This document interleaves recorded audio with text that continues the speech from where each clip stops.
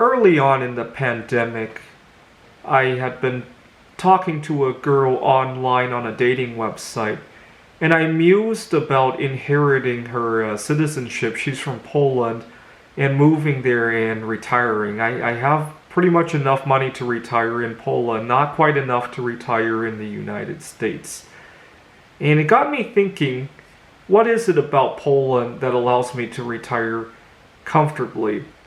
And I looked at historical numbers.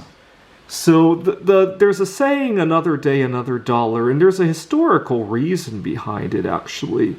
From about 1700s until World War I, the average wage of a day's unskilled labor in America was $1, right? Except that a dollar used to be a piece of silver about that size, contained about 3/4 of an ounce of silver, right?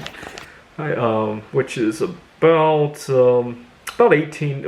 $18 today, right? Obviously, a coin like that generally has a little bit of a premium, but most people, even if they're unskilled, especially right now, they can make that in an hour right now, right? We're going through a great resignation.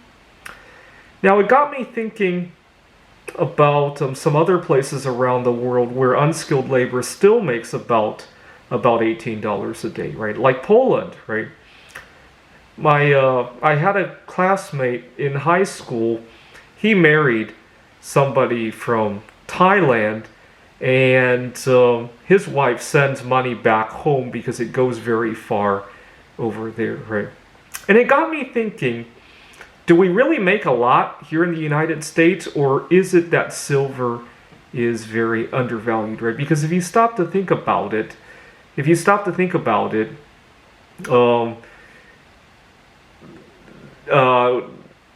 silver is traded on a global market, right? You cannot maintain a different value of silver in Thailand or in Poland versus the United States because silver can flow very easily, right? Human capital cannot flow nearly as easily, right? Especially in 2021 with all these lockdowns, right?